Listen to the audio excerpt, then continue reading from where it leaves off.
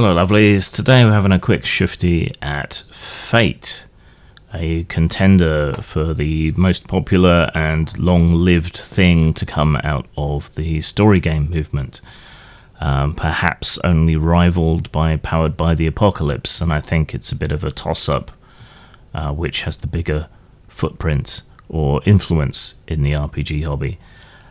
Fate is a story game system in that it is extremely rules light. It allows players to buy into or change or shift the narrative or introduce elements and so on. It's fairly quick, easy and intuitive to grasp. It's good for kind of high-powered freewheeling sort of adventures, that sort of thing. So given all of that, and the fact that the system is available online for free in a more concise format, why is the Fate core system book 300 pages long? This is a very good question. You know, one of the good things about narrative systems, simple systems, is that they are not bulky, that they're quick and easy to grasp, and that you don't need 300 pages to explain things to people. Well, we'll get to that. But first, so the basics, the guts of the Fate system. Okay, brief digression first. Fate is taken from Fudge, which was popular back in the old newsgroup days, you know, alt.games.frp. Those days, if you're an internet oldbie like I am. Fudge doesn't necessarily get the credit it should. It was a fairly obscure system, but it was popular, as I say, back in the newsgroup days, and people liked hacking it. It was meant to be a kind of generic system, a Unix for the tabletop, a Linux for the tabletop, if you prefer. And much of that DNA is still present in Fate, but it has moved away a great deal. So like it's not really an original system or original idea to Evil Hat. Theirs is just an iteration, a fork of Fudge. All right, so the very basics, the guts of the system are you have this thing called the ladder, right? And your skills and the difficulties to do things are rated on the ladder, right? So you might be good at punching someone in the nads, and the difficulty to punch an unaware target in the nads might be fair, so odds are you're going to succeed because your skill level is higher. But then you roll, and I'm afraid I could only find 3 Fate dice handy, so you roll. For each plus you move your skill level up on the ladder, for each minus you take it down, for each blank you ignore it. So we're good at punching people in the nards. We got 1 plus, 1 minus, that leaves us where we are, and a blank, and on the 4th dice, which you're supposed to have, we get another plus. So that's a great punch in the nards when we only needed fair. So that gives us sort of 2 degrees margin of success, right? So that's a pretty good punch in the nads. Now, a lot of other Fate-derived systems eschew the novelty dice because clearly they are superior, and most often substitute to 6-sided dice of differing colours or types, right? And so you roll those, you take 1 away from the other. So 3 minus 3 is 0. That's a good strike. That is still a punch in the nards. That's it, really, so far as the basic system goes. So you have your skill ratings that are somewhere on the ladder.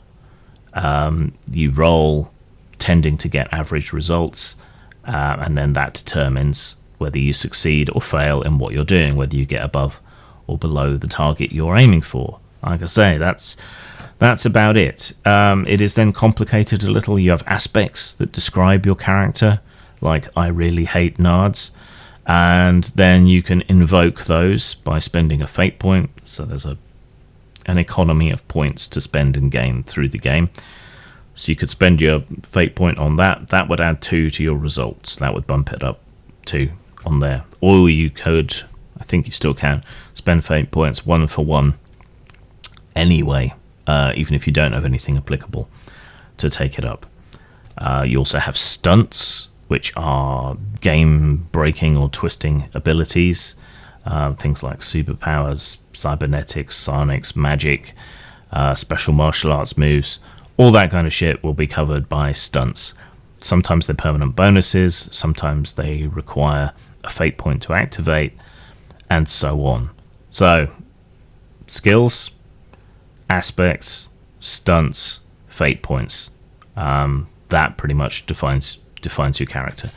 You can also spend fate points if your games master allows for you to bring new things into the setting, to invoke aspects beyond your own. Like if you're fighting in a burning building, you might be able to invoke the aspect of burning building to help with something, maybe to cut off someone from escaping, that sort of thing.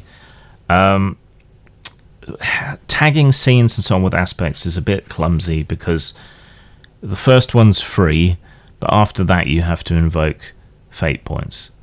So that doesn't necessarily make much sense because the building is still on fire whether you have fate points or not, and that's clearly going to interfere with people's actions in many ways regardless. So in cases like that, I think it should come down more to the games master's decision than whether you spend fate points, but then fate points maybe could overcome the games master's decision. So yeah, you get a handful of fate points to start. You can get additional fate points by bringing up a flaw, a negative side to an aspect, or a negative aspect that your character has. So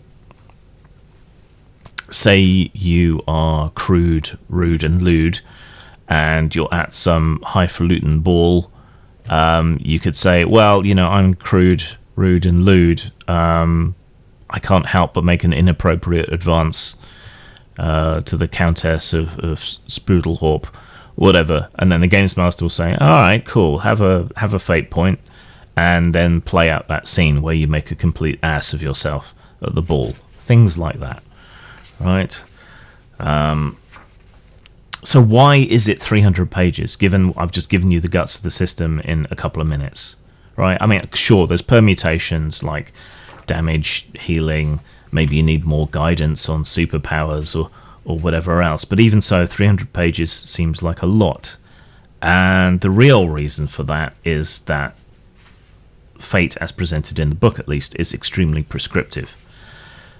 In much the same way that a lot of other story games turn out to be, they hype themselves as this freewheeling, relatively low effort, easy to learn sort of thing, and then bog themselves down with all manner of permutations and explanations. And that is the problem here. It is extremely hand-holding, and it's extremely defined in how you go about creating your character, creating your game.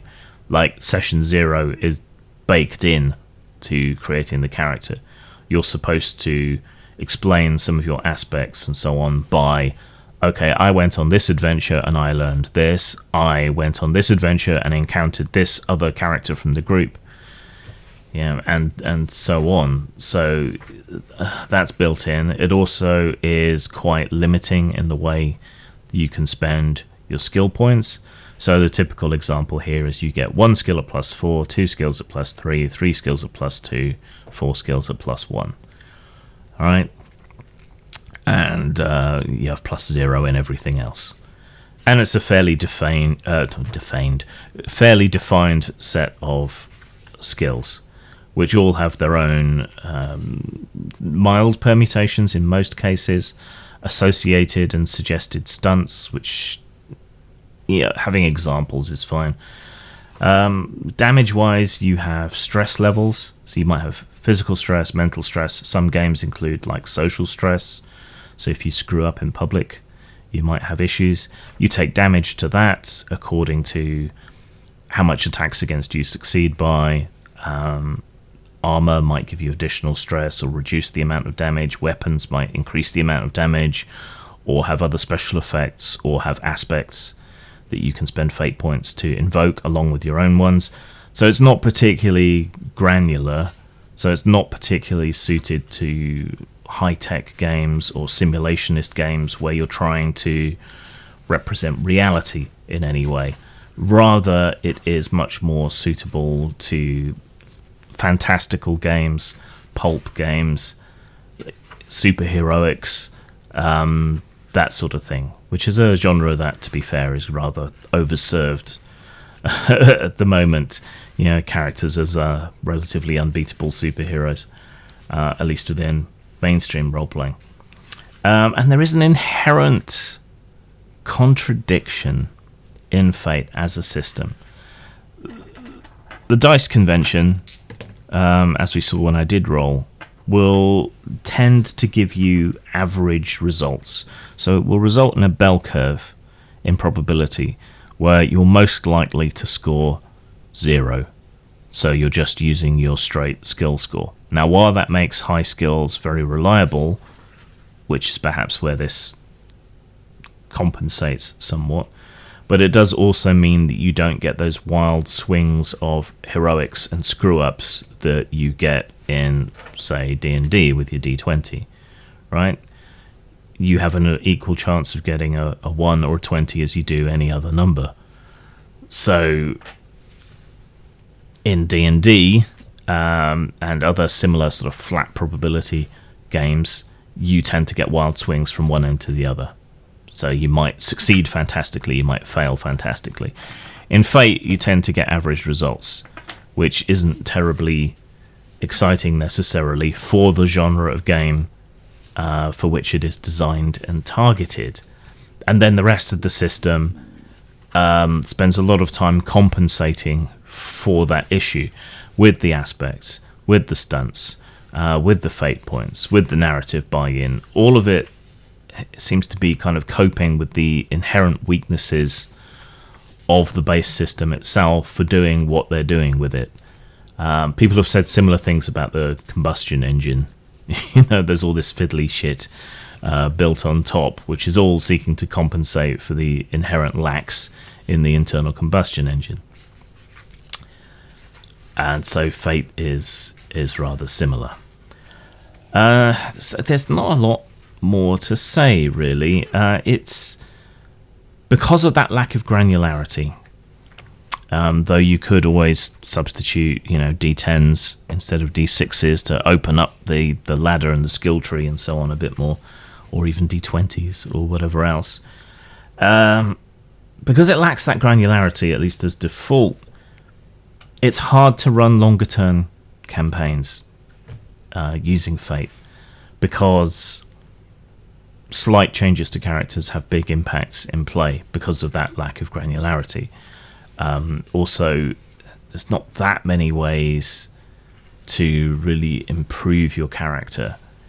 So, you can increase the level in a skill, you can change an aspect, maybe add an aspect if your games master is terribly indulgent, but you're still going to have that fate point economy, which means that's not going to be much more useful. So more about characters who change rather than characters who develop necessarily. So it's just not that satisfying for long-term play for all of these reasons. You're quite rapidly going to outmatch pretty much anything the games master could throw at you, and right from the get-go, you're quite powerful and capable. So there's not really anywhere to go necessarily. As long as your group kind of covers all the bases, you're pretty much set. That might be fun for a lot of people. I don't find it particularly satisfying, but for one-shots, you're pretty much golden when it comes to one-shots.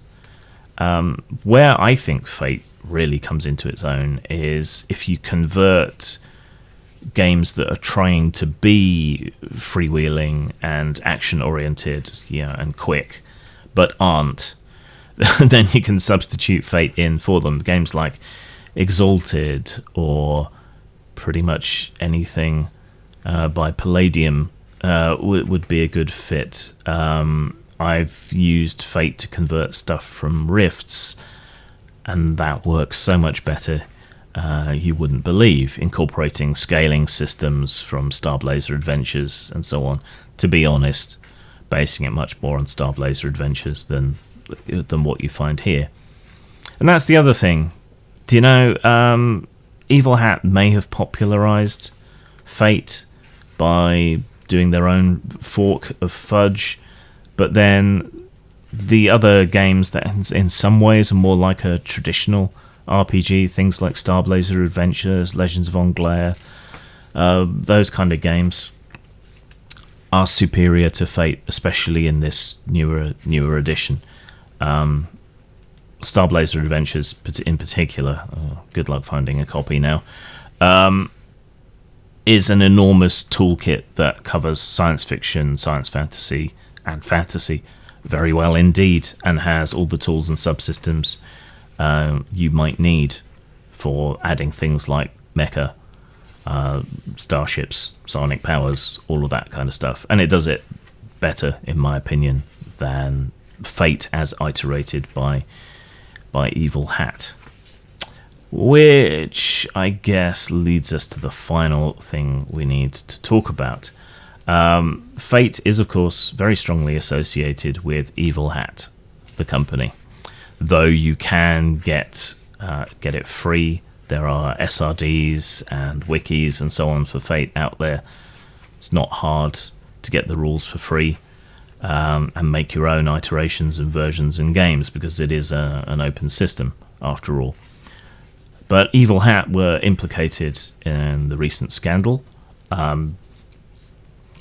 People from Evil Hat spread rumours and so on about me, tried to get me censored from various platforms.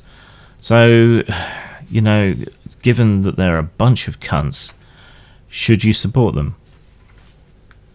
I mean, you don't need to. There are other iterations of Fate. You can get it for free. You know, we talked about all that already. It is a good game, but it does have all those limitations that I've talked about before. So, and it is very prescriptive in their iteration. Don't give them money, perhaps. Get free versions of the system. Get someone else's version of the system so you don't have to buy fucking novelty dice, though Fate dice are fairly available compared to others. You know, you've got avenues. As a system, it's interesting, just not, I think, particularly suitable for long-term games, campaigns. But it's fantastic for one-shots. So, you know, I'm not going to advocate boycotting anyone, no matter how much of a bastard they are, pretty much. Except Varg. So, you know, it's up to you, but maybe don't give money to people who hate you, as the saying increasingly goes. Scores then. Style. It's a kind of pretty meh book overall. I much preferred the illustrations and so on in Fate Accelerated, which were a bit more whimsical, a bit more fitting. Fate Accelerated is a very slim volume, but it misses out, skips over a whole bunch of systems that Fate has, to the point where maybe it's only good for a 1 or 2 shot introductory RPG. But hey, otherwise, I mean, it's okay. 3 for style. In terms of substance, given that this is supposed to be a rules light story game, 300 pages of prescriptiveness is too much content, right? So that actually counts against it, I would say. So I'll give it a 4 for substance. It is actually missing a lot of things that I would have put in there, unfortunately. So that also kind of counts against it a bit. But even so, that's 7 out of 10. It's 3.5 out of 5. It's above average. It's worth picking up for one-shots and conversions if there are game settings that you really like but you hate the system. Fate is a good thing to go to. And you know, you can get it for free. And what beats free as a price? Right. You don't need to buy the book, but you can if you want to. Quick reminder, I score out of 5. On that scale of 5, 3 is the average. Right? So anything above 3 is good. Anything below 3 is not good. A 3 is good enough for you to buy if the genre or whatever it is interests you. That's my scale. That's my gauge. Fate scores 3.5. So yeah, it's worth a look if you've got even a slight inkling. Zang. I don't often make explicitly political games, but The Little Grey Book is one of them. It's a parable about this social media panopticon we've all made, where everyone is always watching each other for anyone who steps out of line in any way. And The Little Grey Book is about the inescapability of upsetting someone. It's a one-trick pony, but it's a good one-trick pony. Available at DriveThruRPG and post-mort.com.